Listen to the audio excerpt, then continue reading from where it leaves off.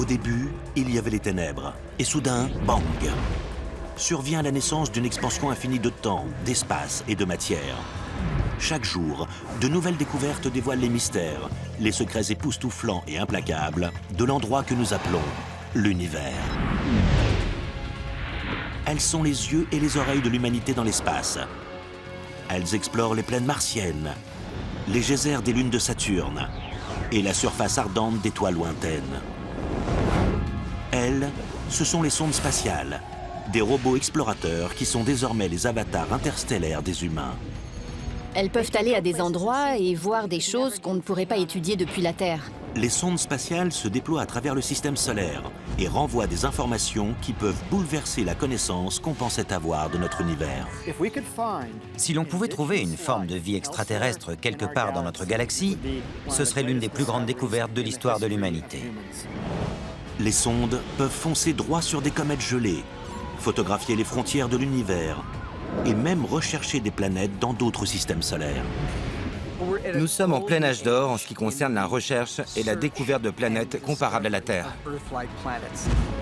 Une nouvelle génération de robots explorateurs est en train de redéfinir notre vision de la galaxie en dévoilant de nouveaux secrets, les secrets des sondes spatiales.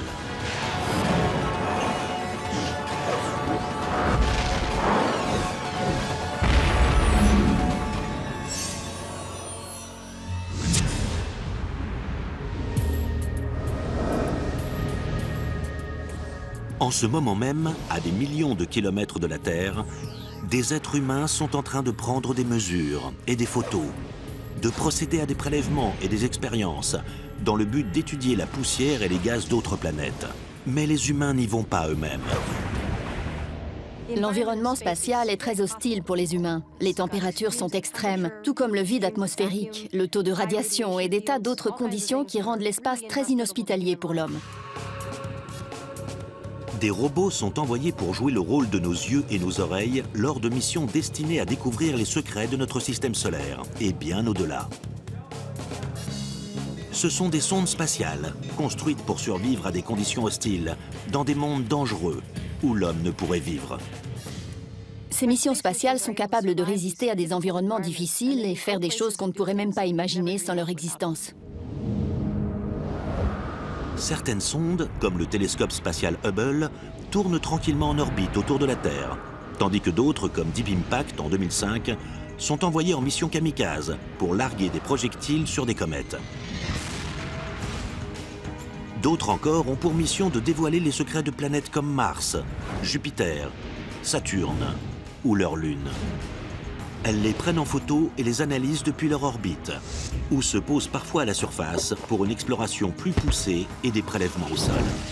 Nos sondes servent à répondre à des questions fondamentales sur la composition des planètes, de leur atmosphère et des processus géologiques à l'origine de leur formation. Elles nous aident à comprendre les différences de ces planètes avec la Terre. La grande question derrière tout ça, c'est de savoir s'il y a de la vie ailleurs. La quête de vie dans d'autres mondes a débuté il y a plus de 2000 ans, lorsque les astronomes grecs ont commencé à observer les planètes. Au XXIe siècle, l'humanité a enfin les moyens de la trouver. L'envoi de sondes dans le système solaire, ou même plus loin, fait partie d'une mission sur le long terme, destinée à comprendre ce qui se passe non seulement sur Terre, mais dans le reste de l'univers. Et par différents aspects, cette quête nous aide aussi à comprendre des choses sur nous-mêmes, notre origine, et à découvrir s'il existe d'autres occurrences de l'environnement qu'on a ici sur Terre. L'une des dernières étapes de cette quête a commencé grâce à un engin numérique infrarouge à très haute résolution. Le 14 décembre 2009, une fusée Delta II largue un colis très spécial en orbite à près de 500 km au-dessus du sol terrien. Il s'appelle WISE et il est capable de prendre les photos de l'univers les plus précises qui soient. WISE est un explorateur pour l'étude à grand champ en infrarouge. Il contient un petit télescope d'environ 40 cm de diamètre. En gros, il est grand comme mon bras. Sur 4 longueurs d'onde différentes, il observe le ciel entier, les voisins proches de la Terre, les astéroïdes, les comètes, jusqu'aux coins les plus lointains de l'univers. Contrairement au télescope Hubble, qui photographie des longueurs d'onde visibles à la lumière ultraviolette, WISE sonde l'univers grâce à la lumière infrarouge. Nous, les humains, on perçoit uniquement les infrarouges par la chaleur qu'ils dégagent. Lorsqu'on sent la chaleur du soleil sur notre peau, c'est en fait les rayons infrarouges produits par le soleil. Même là, assise, je produis de la lumière infrarouge. On peut donc se servir de l'infrarouge pour détecter des éléments qui ont une certaine température, comme les astéroïdes. On peut aussi se servir des infrarouges pour chercher des galaxies lointaines dans tout l'univers. La plupart de ces galaxies lointaines ne peuvent être perçues dans un spectre lumineux visible. Le télescope infrarouge de WISE joue donc un peu le rôle d'une paire de lunettes magiques. Les pompiers se servent de lunettes infrarouges pour retrouver des gens au milieu de la fumée dans un bâtiment en flammes. Les astronomes, eux, se servent des infrarouges pour chercher le noyau d'étoiles en formation à travers des nuages de poussière. Mais pour détecter ces noyaux de chaleur cachés, il faut tout d'abord un froid très profond. Les 4 millions de pixels du télescope de WISE ne peuvent photographier des images infrarouges que si le télescope a une température inférieure à celle des objets qu'il recherche. Il faut faire en sorte qu'on ne soit pas aveuglé par la chaleur de notre propre télescope. Pour WISE, on utilise un réservoir d'hydrogène solide gelé au zéro absolu pour garder le télescope et les instruments au frais. Mais c'est comme un réservoir de glaçons. L'hydrogène gelé finit forcément par s'évaporer. Donc, quand on n'a plus de glace d'hydrogène, le télescope de WISE se met à chauffer jusqu'à ce qu'on ne voit plus rien. Même gelé à moins 260 degrés, l'hydrogène ne tient pas plus de 10 mois.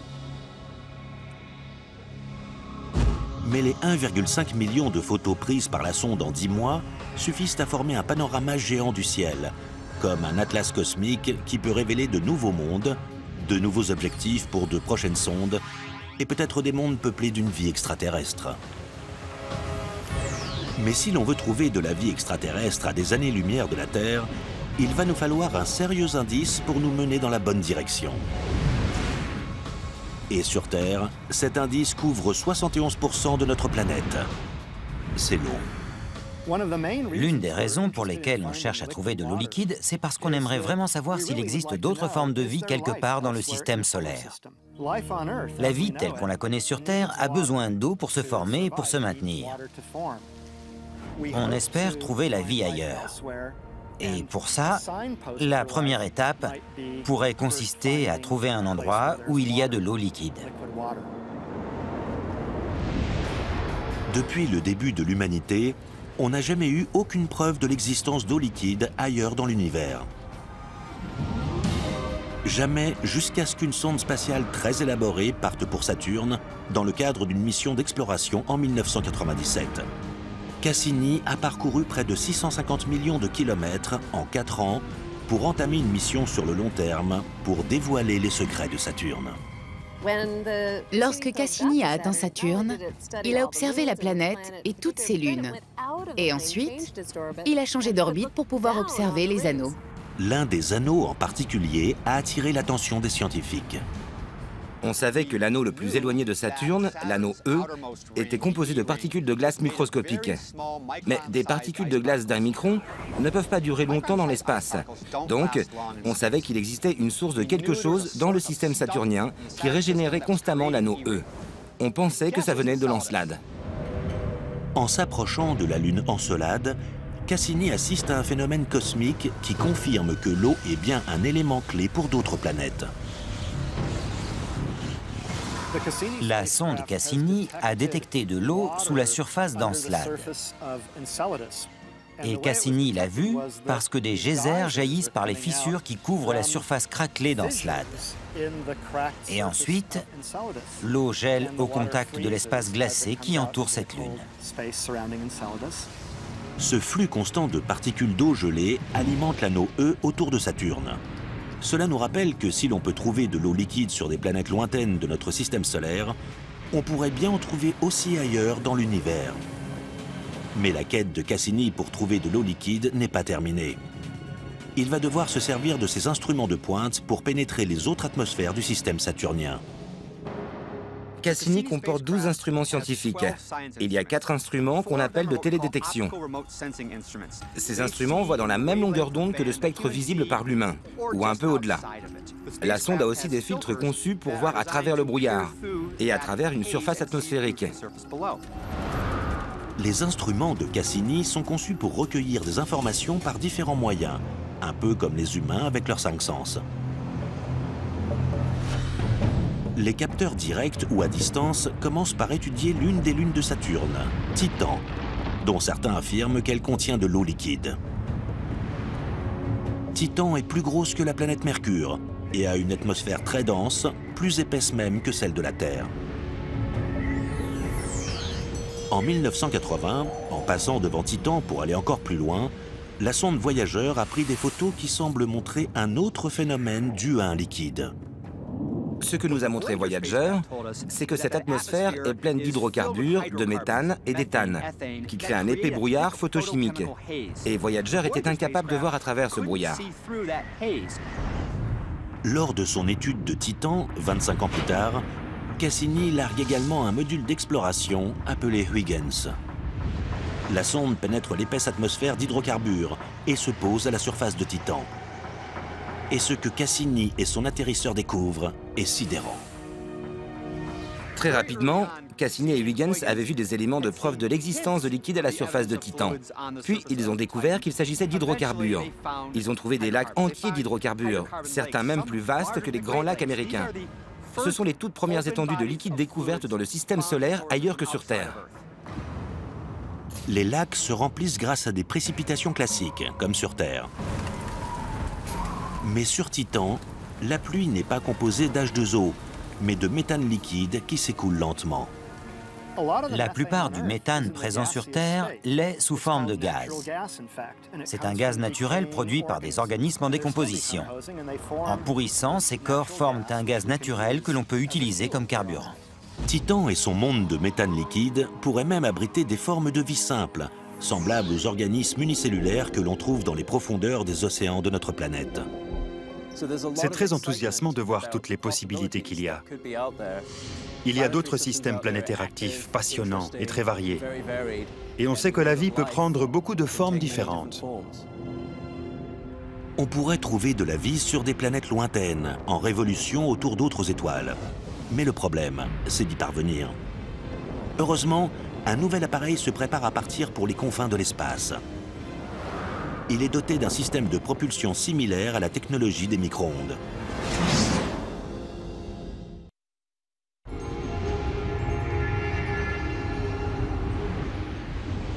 Les sondes spatiales sont capables d'aller là où aucun humain n'a jamais mis les pieds. Mais pendant plusieurs décennies, les scientifiques ont été confrontés à une difficile réalité. Les sondes spatiales ne sont pas infaillibles. Chaque sonde qui mène à bien sa mission a été construite à partir des leçons tirées d'un demi-siècle de missions échouées et de rêves brisés. L'histoire commence dans les années 60, avec la toute première tentative de la NASA pour atteindre les proches voisins de la Terre. Nos toutes premières sondes Ranger étaient conçues pour prendre des photos de la Lune, avant de s'écraser dessus. Et les 6 premiers Rangers sont carrément passés à côté de la Lune. Mais on a vite appris la leçon. Et quelques mois après les sondes Ranger, on a réussi à envoyer un engin chargé de dépasser Vénus. En 1962, la sonde américaine Mariner 2 est le premier engin spatial à dépasser Vénus.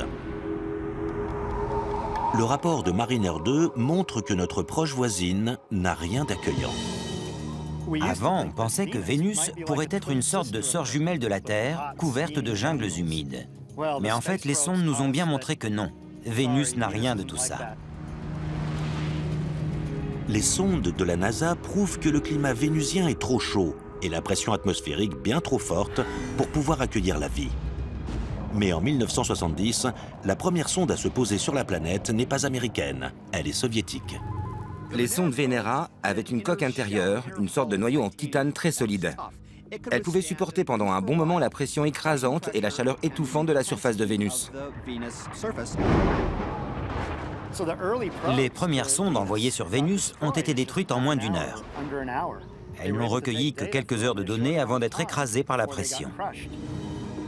Toutefois, les données renvoyées par Venera avant sa destruction sont précises et surprenantes. Les conditions climatiques à la surface de Vénus sont infernales. La température est d'environ 460 degrés. C'est très très chaud. L'eau bout à environ 100 degrés et le plomb fond à 327 degrés.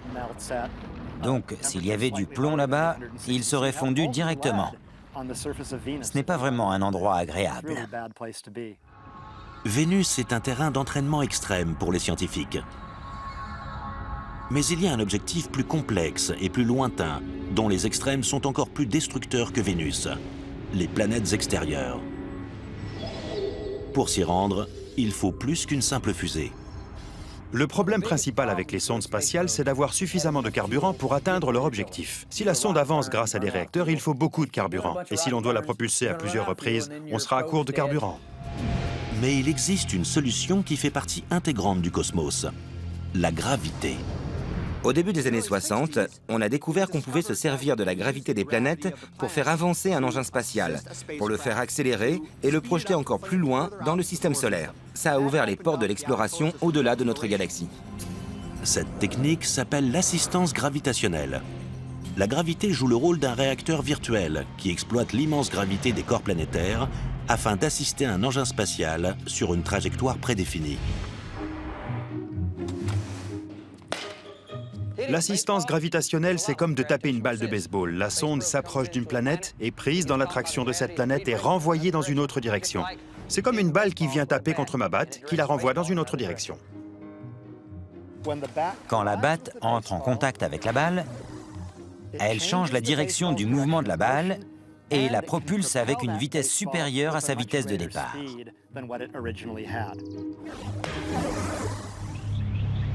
En exploitant ainsi l'attraction des planètes, la NASA parvient alors à envoyer ses sondes dans la cour des grands, vers des planètes étrangères.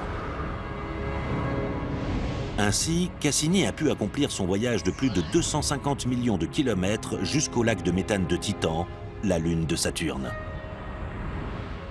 Sans l'assistance gravitationnelle, cet engin qui pesait 12 tonnes sur Terre n'aurait jamais pu sortir du système solaire.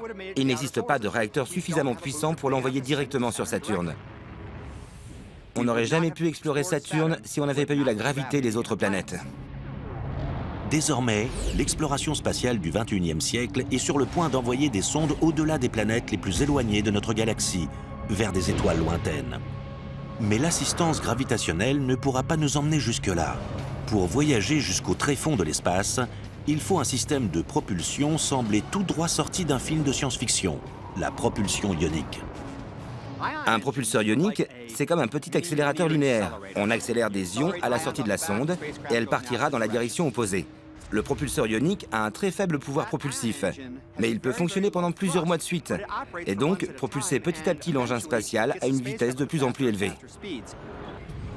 Le propulseur ionique remplace le carburant chimique par un gaz inerte, comme le xénon. Le xénon est ionisé, c'est-à-dire qu'on le charge en électricité. Un champ électrique accélère ensuite les ions à la sortie de l'arrière de l'engin, ce qui le propulse en avant. La propulsion ionique ne fonctionne pas comme la plupart des systèmes de propulsion. Un propulseur standard à carburant chimique donne une propulsion de force égale à un fusil de chasse de calibre 12 à double canon. Ce fusil va jouer le rôle d'un propulseur à propulsion chimique, comme les réacteurs principaux d'une navette spatiale. La question est de savoir si le fusil va produire une lancée suffisante pour surmonter le frottement entre les roues et les rails. Un coup unique fait reculer le chariot d'une quinzaine de centimètres. Avec un second coup, la poussée se poursuit. Mais remplaçons maintenant le fusil à double canon par une arme moins puissante. J'ai maintenant une carabine 22 long rifle. Elle est un peu différente d'un fusil de chasse. Le fusil de chasse tire plusieurs petits plombs à une vitesse assez modérée, tandis que la 22 long rifle tire une petite balle à très haute vitesse. La différence, c'est que celle-ci s'apparente mieux à un propulseur ionique. Avec un coup tiré avec cette carabine, le chariot recule de moins de 3 cm. Avec plusieurs coups, il recule plus loin. Si on était dans l'espace, le propulseur ionique jouerait le même rôle que cette carabine. Il produit une poussée lente, mais qui s'accélère peu à peu jusqu'à atteindre une vitesse très importante. En cumulant de petites poussées à travers les profondeurs de l'espace, où il n'y a aucun frottement, le propulseur ionique est capable d'alimenter une sonde pendant des années. Cette technologie pourrait bien marquer la fin des énormes réacteurs pour les sondes spatiales. Les carburants chimiques posent problème puisqu'ils sont assez inefficaces. Ils pèsent très lourd et il faut les transporter dans l'espace. Ça rajoute du poids, donc les fusées qui lancent la sonde depuis la Terre doivent elles aussi être plus puissantes, donc plus chères.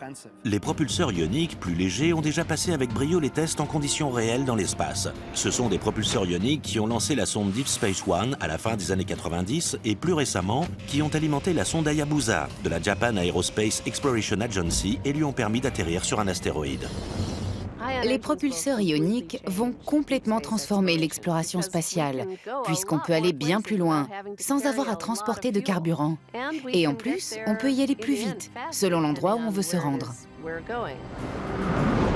L'un de ces endroits pourrait bien être la planète voisine de la nôtre. Actuellement, c'est la sonde Mars Express de l'Agence spatiale européenne qui détient le record de vitesse pour le trajet Terre-Mars avec une durée de 6 mois. Mais grâce au propulseur ionique, ce record devrait bientôt être pulvérisé. Grâce à la propulsion ionique, le temps de trajet entre la Terre et Mars pourrait carrément être réduit à quelques semaines seulement. 5 semaines pour atteindre Mars, ce n'est qu'un début. L'étape suivante dans le développement de la propulsion ionique, c'est d'augmenter encore sa vitesse, jusqu'à 100 fois plus rapide. Ce nouveau propulseur s'appelle VASIMR, acronyme pour un terme anglais signifiant « propulsion magnétoplasmique à impulsion spécifique variable ». Le propulseur ionique VASIMR comporte en plus un générateur de fréquences radio et une étape supplémentaire. Ce principe fonctionne comme celui d'un four à micro-ondes. La micro-onde produit de l'énergie électromagnétique qui pénètre la nourriture pour la chauffer. Là, ce sont les ions du plasma qui chauffent et qui se chargent d'énergie. Ensuite, c'est un champ magnétique très puissant qui prend ce plasma surchauffé pour l'éjecter de l'arrière du propulseur à très grande vitesse. Les ions peuvent être chauffés jusqu'à 1 million de degrés. C'est suffisant pour envoyer une sonde bien au-delà de notre système solaire. Grâce à ces avancées dans le domaine de la technologie de propulsion, les portes de l'espace s'ouvrent à l'exploration. Il ne manque plus qu'une destination. Une sonde parcourt actuellement l'espace à la recherche de cette destination, d'une nouvelle Terre, et peut-être d'une nouvelle forme de vie.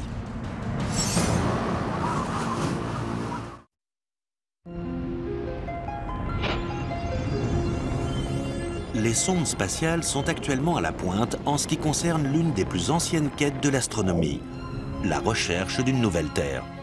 Aujourd'hui, une nouvelle génération de robots explorateurs recherche des preuves de l'existence de planètes en dehors de notre système solaire et en trouve. Une planète extrasolaire est une planète qui tourne autour d'une autre étoile. Il y a 6 planètes majeures qui tournent autour de notre Soleil, qui est une étoile standard. Donc depuis des siècles, on se pose la question de savoir s'il y a d'autres planètes qui tournent autour des étoiles qu'on voit dans le ciel la nuit. Depuis l'époque de Galilée, les scientifiques pensent qu'il existe d'autres planètes parmi les milliards d'étoiles du ciel.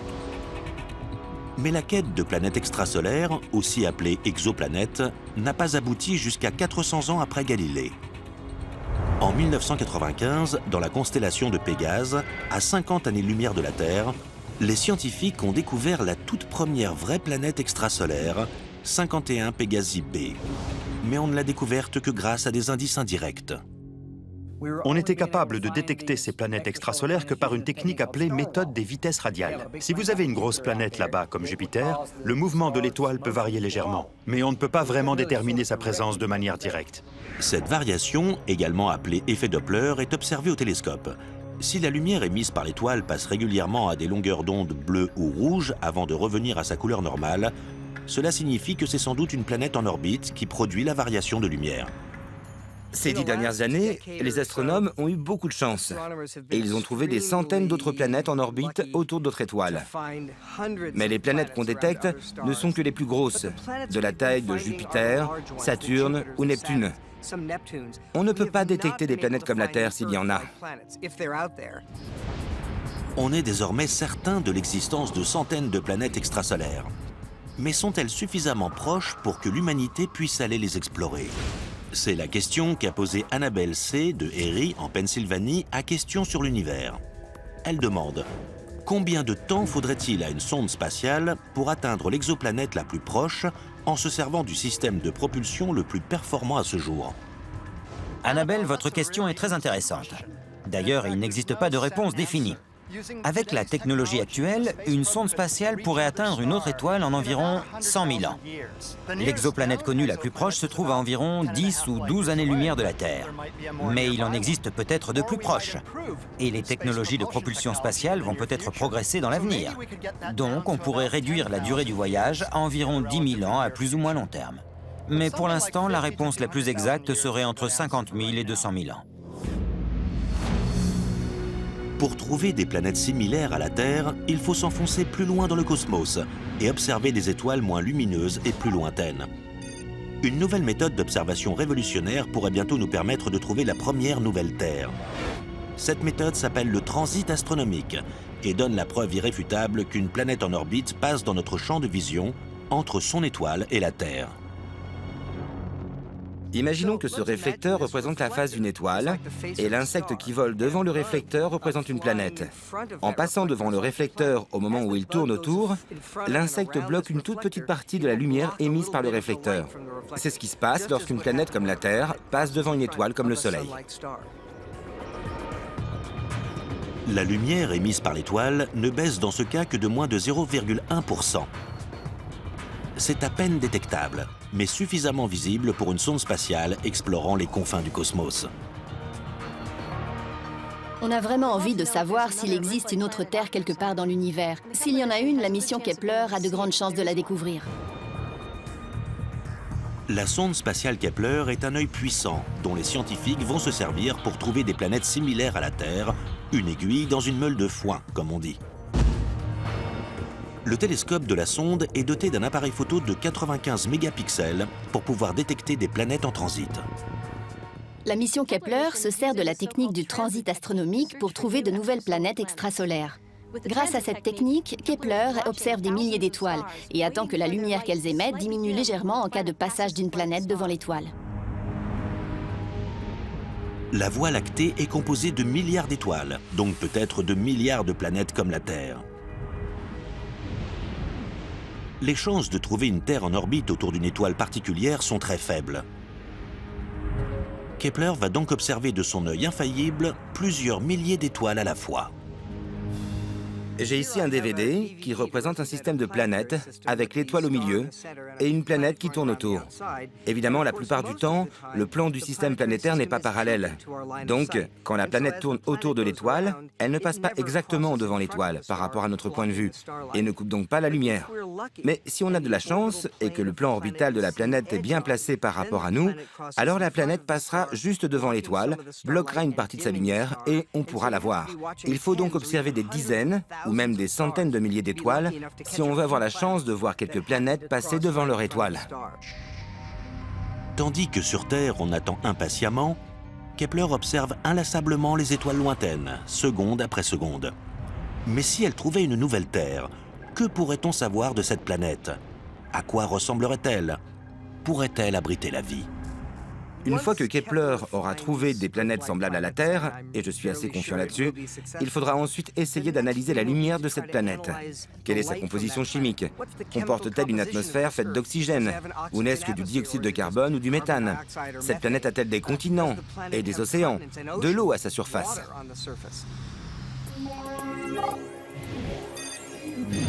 Actuellement, on ne dispose pas des technologies nécessaires à l'analyse de l'atmosphère d'une planète aussi lointaine. Mais cela va changer. En 2015, le télescope spatial James Webb possédera des capacités d'imagerie 4 fois supérieures à celles du télescope Hubble. Il permettra aux scientifiques d'observer de minuscules particules dans les atmosphères de planètes potentiellement similaires à la Terre, même à des milliers d'années-lumière de chez nous. On est actuellement à un âge d'or de la recherche et de la découverte de planètes de type terrestre. C'est le moment. C'est aujourd'hui que les humains vont découvrir les premières planètes terrestres, les comprendre et comprendre leur présence. Mais on veut aller encore plus loin. À long terme, les télescopes spatiaux et les sondes interstellaires pourraient aller au-delà de la découverte de nouvelles planètes et aller à la recherche de leurs habitants. Si l'on pouvait trouver une vie extraterrestre quelque part dans notre galaxie qui soit complètement indépendante de notre vie à nous sur Terre, ce serait l'une des plus grandes découvertes dans l'histoire de l'humanité. Une éventuelle forme de vie dans un autre monde pourrait se trouver à des années-lumière d'ici. Mais nous avons des indices essentiels tout autour de la Terre, les comètes. Les scientifiques passent leur temps à prélever la poussière de leurs traînes et lancent des sondes kamikazes pour tenter d'extraire leurs secrets de glace.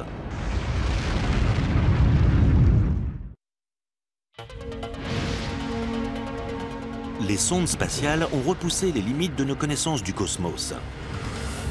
Alors que l'humanité entre dans un nouvel âge d'or de l'exploration interstellaire, certaines sondes explorent des secrets bien plus proches de chez nous. Notre système solaire fourmille de débris et de particules qui se déplacent à grande vitesse, comme par exemple ces énormes boules de glace et de poussière qu'on appelle les comètes.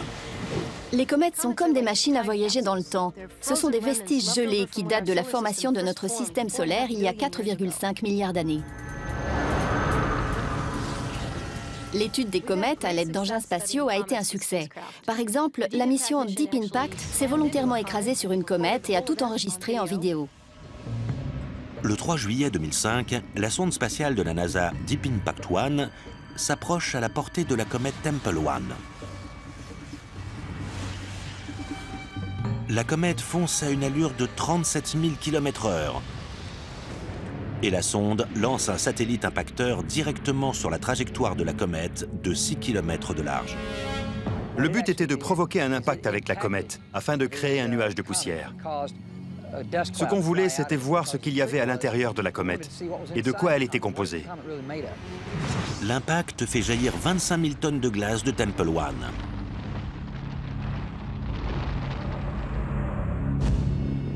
C'est la première fois que des scientifiques parviennent à prélever et étudier de près le matériau d'une comète. Et les résultats sont très instructifs sur ce qu'est vraiment une comète. Ce qu'on a appris des comètes, c'est qu'elles comportent une couche extrêmement compacte de glace mêlée à de la poussière. La matière plus semblable à une boule de neige sale se trouve à l'intérieur d'une sorte de croûte. Et encore à l'intérieur, on a un matériau qui ressemble à de la pastèque. Lorsque la comète se rapproche du Soleil selon la trajectoire de son orbite, elle chauffe, l'eau à l'intérieur se transforme en vapeur et s'échappe de la comète. C'est pour ça qu'on voit des traînées de poussière et des geysers à la surface des comètes. La sonde Deep Impact renvoie des images impressionnantes, mais ne parvient pas à attraper la queue de la comète. Cette mission sera accomplie par la sonde Stardust. En 2004, Stardust s'approche à 240 km de la comète Wild 2. La sonde Stardust a littéralement traversé la queue de la comète pour recueillir le matériau que produit la comète quand elle dégaze.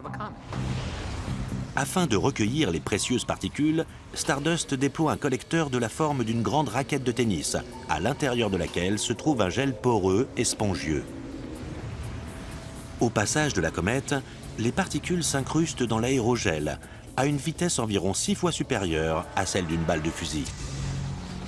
On a ainsi en notre possession le matériau qui compose les comètes et qui compose sans doute également les planètes, les astéroïdes et les lunes de notre système solaire.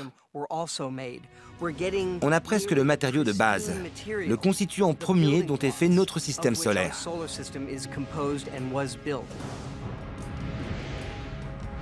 Une fois le matériau prélevé, le collecteur est enfermé dans un conteneur lui-même rangé dans une capsule. Le 15 janvier 2006, les précieux échantillons sont en chute libre vers la Terre. Parmi les premiers secrets découverts dans l'aérogel se trouvent des molécules de glycine, un acide aminé utilisé par les organismes vivants pour fabriquer des protéines. C'est un élément essentiel pour le maintien de la vie. Certains suggèrent qu'il pourrait y avoir des organismes biologiques emprisonnés dans la glace des comètes. Peut-être même des virus semblables à celui de la grippe, par exemple. Stardust n'a pas trouvé de virus. Mais cette découverte semble confirmer la théorie selon laquelle l'élément constitutif de la race humaine aurait pu se former dans l'espace et être apporté sur Terre il y a bien longtemps par des météorites ou des comètes.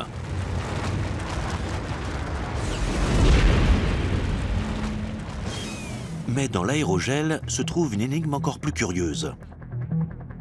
Des particules que même les sondes parties aux confins de l'espace n'ont encore jamais prélevées. De la matière issue d'autres soleils. Je crois qu'ils ont trouvé des particules qui semblent provenir d'autres étoiles extérieures à notre système solaire.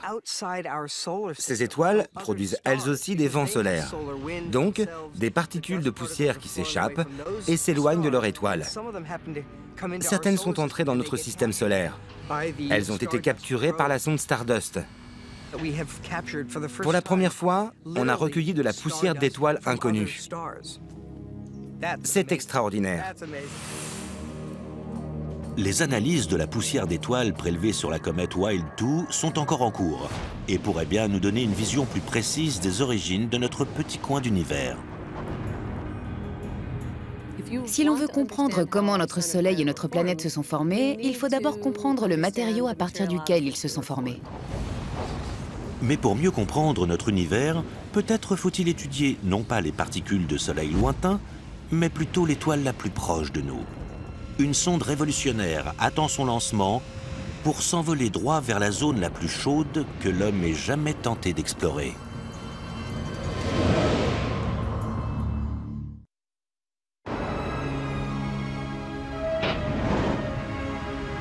Aujourd'hui, les sondes spatiales traversent notre galaxie afin d'explorer les mystères de Mars, Vénus, des géants plus éloignés, des lointaines exoplanètes et des étoiles les plus reculées.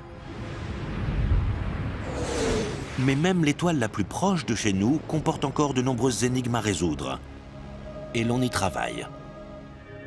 Jusqu'à présent, on avait observé de petites zones et non pas le disque entier, ou alors nos analyses étaient incomplètes dans le temps et nos observations pas assez constantes. Là, c'est notre première chance de pouvoir observer le Soleil dans son entier. Une nouvelle sonde solaire très élaborée fait son entrée dans l'espace, prête à en découdre. Sa mission consiste à observer le Soleil en permanence, en couleur et en haute définition, puis de transmettre ces images très détaillées à la Terre. L'Observatoire solaire SDO prend des images du Soleil en très haute résolution, sur plusieurs longueurs d'onde, et prend également des vidéos du Soleil. Grâce à 4 télescopes à haute résolution, SDO transmet un flux continu à la Terre, chargeant ainsi 50 fois plus d'informations que toute autre mission dans l'histoire de la NASA. C'était fascinant de voir les toutes premières images. Ce qu'on a vu, c'est qu'un tout petit événement à un endroit peut avoir des effets énormes à un autre endroit. On voit par exemple quelque chose près du centre du disque solaire, et on voit le lien entre cet événement et un autre se produisant 200 ou 300 000 km plus loin.